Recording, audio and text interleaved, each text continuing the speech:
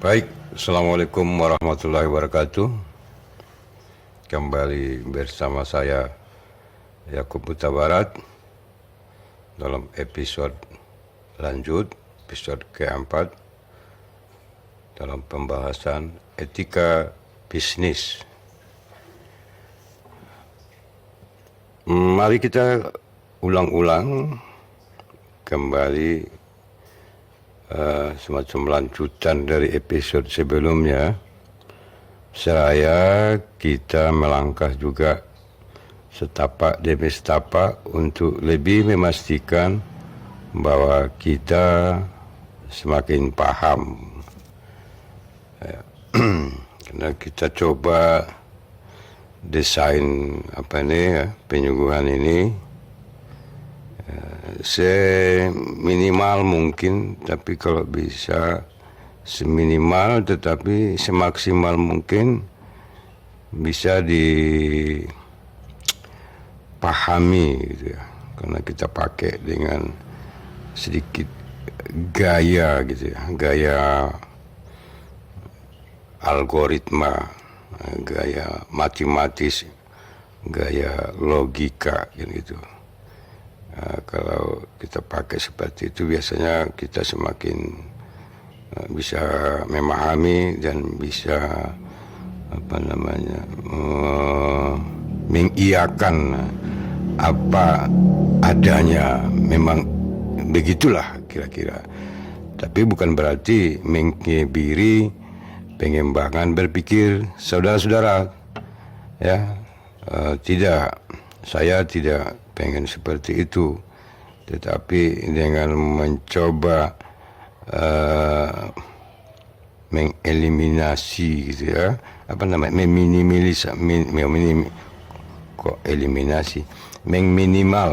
meminimalkan sesuatu pokok persoalan, pokok masalah, pokok bahasan, sehingga mudah-mudahan mudah dicerna. Tetapi dengan pemahaman yang itu, maka bisa berangkat lebih mengembangkan kepada yang lebih luas lagi. Jadi kita bukan doktrin gitu ya, untuk mengajak orang lain supaya bisa lebih mengembangkan pemikiran-pemikirannya. Seperti saya katakan di awal tuh, menggoda algoritma berpikir Anda, kan gitu ya. Nah, jadi poin etika bisnis ya, kita masuk.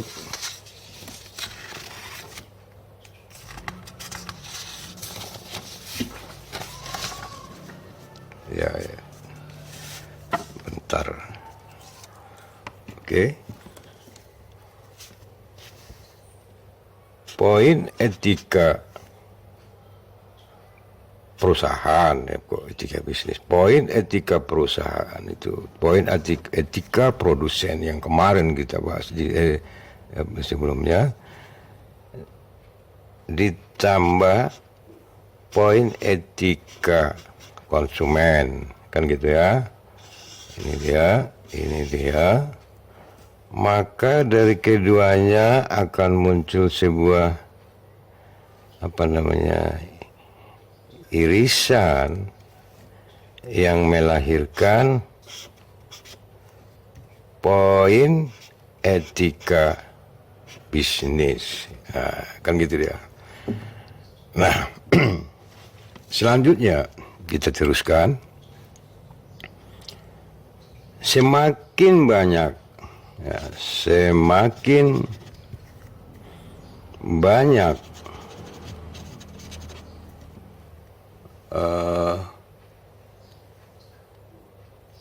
poin etika bisnis yang sinkron, kan gitu kan, sinkron yang kita lambangkan itu kemarin seperti ini, sinkron, ya kan.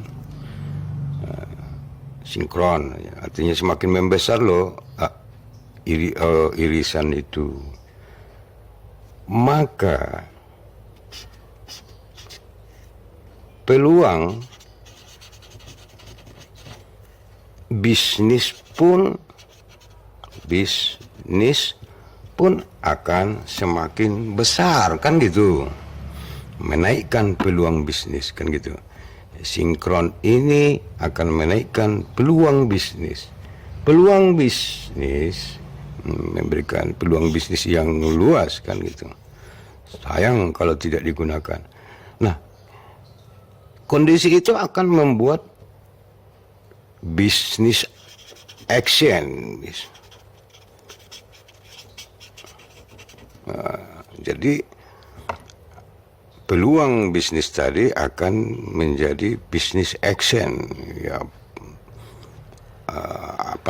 praktek nyata, pewujudan gitu, pewujudan dia. Jadi terwujudnya semakin banyak, kemungkinan terjadinya semakin besar gitu, semakin tinggi. Itu semakin banyaknya action, praktek, kan gitu ya.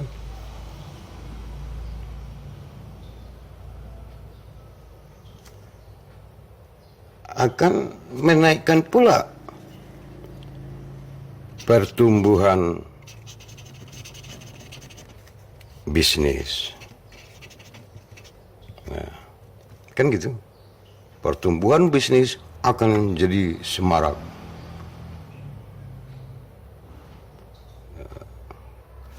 Bisnis action ini kan bisa disebut pertambahan banyak, diversifikasi.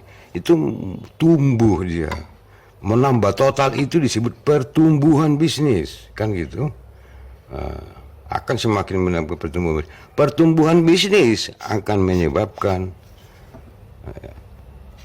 pertumbuhan ekonomi. Nah, tentunya pertumbuhan ekonomi juga akan meningkatkan kesejahteraan masyarakat. Ya, apa yang disebut itu dengan bahasa social welfare, kan gitu dia.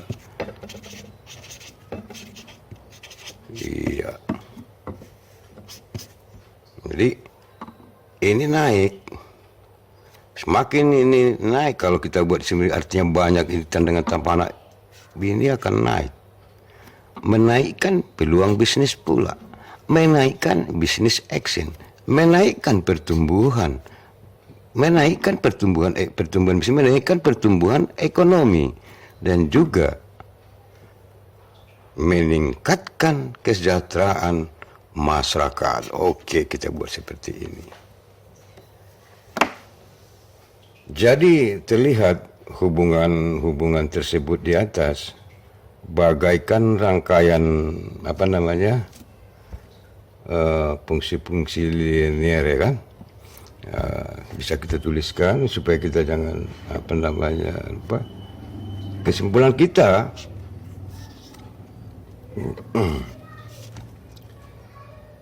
terlihat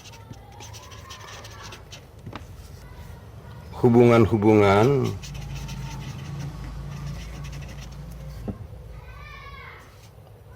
bahwa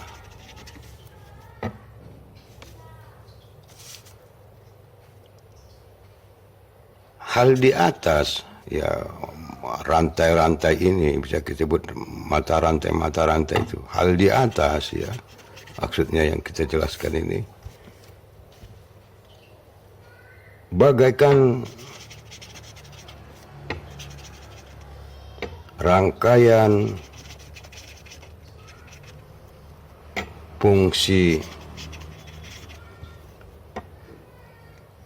linear gitu ya,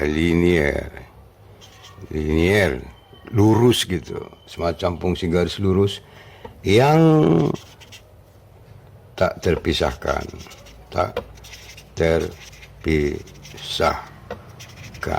artinya A mempengaruhi B, B mempengaruhi C mempengaruhi D mempengaruhi E, mempengaruhi dan seterusnya. Kira-kira seperti itu dia kan? Fungsi linear yang tak terpisahkan itu. Selanjutnya yang ingin kita sampaikan sebagai ilustrasi ya. Sekarang ini sudah mulai para analisis eksak, para matematika. Mereka membangun model-model atau formula ya, apa namanya ya, formula-formula, rumusan-rumusan dari sebuah fakta-fakta ini. Jadi bisa kita katakan di sini, kita tambahkan lagi kesimpulan kita, kalau kita coba baca-baca literasi di disiplin ilmu yang lain kan gitu ya. Para analisis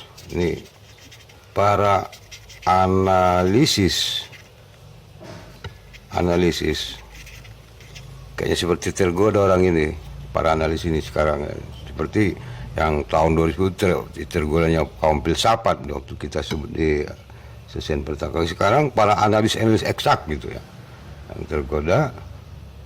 Para analis eksakta gitu ya, atau matematika gitu aja ya, membangun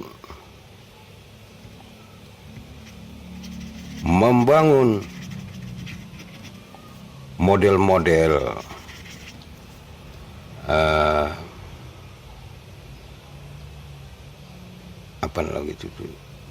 model-model atau formula atau rumusan-rumusan dari sebuah fakta ya, dari sebuah fakta. Ini kan fakta ini yang kita sebut tadi ini. Jadi mereka telah membuat sebuah rumusan-rumusan model dari kondisi-kondisi fakta di atas, dengan mengembangkan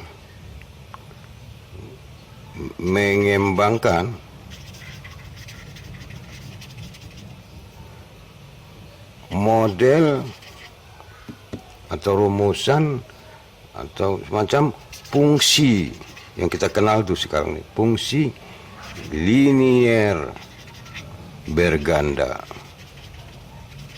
Nah, nanti pun Anda kalau di semester akhir kan sekarang masih banyak yang menyusun proposal itu, kita lihat di situ analisnya itu analisis linier gitu. Ada yang linier sederhana, ada yang linier berganda, terserah. Nah, atau ada lagi model-model yang sekarang mengembangkan program-program atau yang disebut dengan linear programming. Nanti kalau ada kesempatan akan kita coba beberapa contoh, kira-kira bentuk apa itu yang bisa memancing otak kita, pemikiran kita, dan banyak lagi dan lain-lain ya.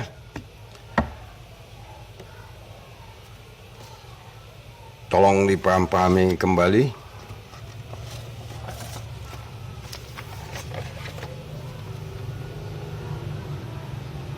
Saya pikir itu baik, saudara-saudara sekalian. Tadi ada semacam kesalahan teknis daripada Android kita ini. Mana lah. Ini kan saya selama ini nggak pernah pakai Android ini. Untung aja COVID. Ada untungnya memang. Jadi kita pakai Android. Ini pun yang dikirim anak saya nih. Ya, saya pakai gini aja HP. Ya. Tapi kali ini kita harus ya apa namanya bersahabat dengan alat-alat teknologi, dan kita memang harus bisa mempergunakan sebaik mungkin. Kita teruskan sambungannya dari tadi yang tertinggal. Sebenarnya tidak terlalu lama ini sebenarnya. Kita mau coba sesimpel-simpel mungkin sebenarnya ini. Nah, sebenarnya penyuguhan ini pun kita buat untuk menyimpelkan sebenarnya. Biarlah Anda yang mengembangkannya, kan gitu sebenarnya. Itu sebenarnya tujuan kita. Mencoba menyimpelkan, meminimal gitu, daripada persoalan-persoalan etika bisnis ini, sehingga bisa dipahami dan dikuasai, kan gitu, ruang lingkupnya dan sejenis makhluk apa dia sebenarnya, kan gitu. Itu sebenarnya makanya saya harapkan cukup dengan ini, maksimum dengan 5 episode udah selesai kita nih. Dan saya berharap nanti kamu juga akan, saudara sekalian, rangkumkan kembali ini buat pandangan Anda, tentunya dengan mencatat semua materi perkuliahan yang saya sampaikan. Tentunya ada banyak hal-hal yang saya katakan tapi tak tertuliskan di dalam kertas slide kita ini, kan. Itu menjadi tugas Anda mulai dari episode pertama dan sampai terakhir nanti. Sedikit lagi sebenarnya kita lanjut.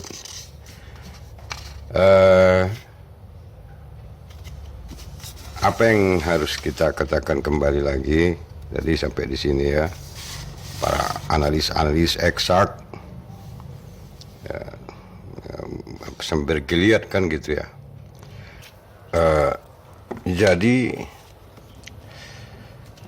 dengan para peneliti tadi, lembaga-lembaga survei melakukan pengamatan yang serius seperti yang kita berikan sejak awal, maka tentunya mereka akan mencoba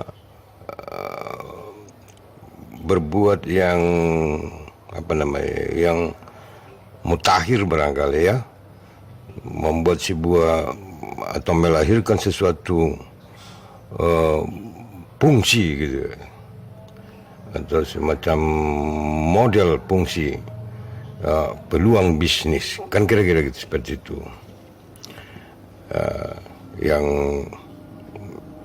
Yang mungkin barangkali ya model itu seperti yang kita sebutkan yang tadi, bisa mungkin berbentuk linear berganda, program linear, atau katakanlah peluang bisnis itu menjadi, katakanlah kalau kita lambangkan peluang bisnis itu menjadi Y, maka Y mungkin bisa menjadi sebuah rumusan fungsi dari X1, kemudian X2, X3, X4, dan seterusnya. Atau barangkali yang saya sebutkan tadi, Y atau fungsi peluang bisnis itu bisa jadi sebuah bangunan yang terbentuk dari variabel-variabel A, B, C, D, dan seterusnya, ya. Yang barangkali hal ini akan dapat membantu lagi kepada kita sebagai pengambil keputusan, ya kan? Jadi para ahli mendapatkan sebuah formula ini, kita dapat menggunakannya balik lagi. Jadi saling berbagi di dalam sebuah kemajuan, saling berbagi di dalam sebuah ilmu pengetahuan, ilmu terapan. Nah, jadi mungkin bagi kita akan berbalik lagi sebagai pengambil keputusan dengan melanjutkan analisa-analisa lanjutan, atau barangkali seperti yang sering kita bahas itu di dalam perkuliahan. Saya nggak tahu apakah Anda sudah masuk atau mungkin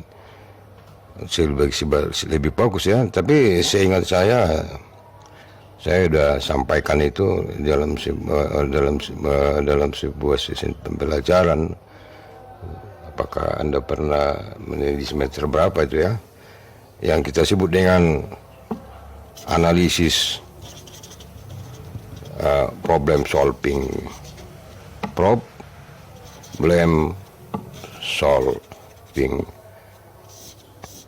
ya. Saya kira itu barangkali untuk session atau episode keempat ini.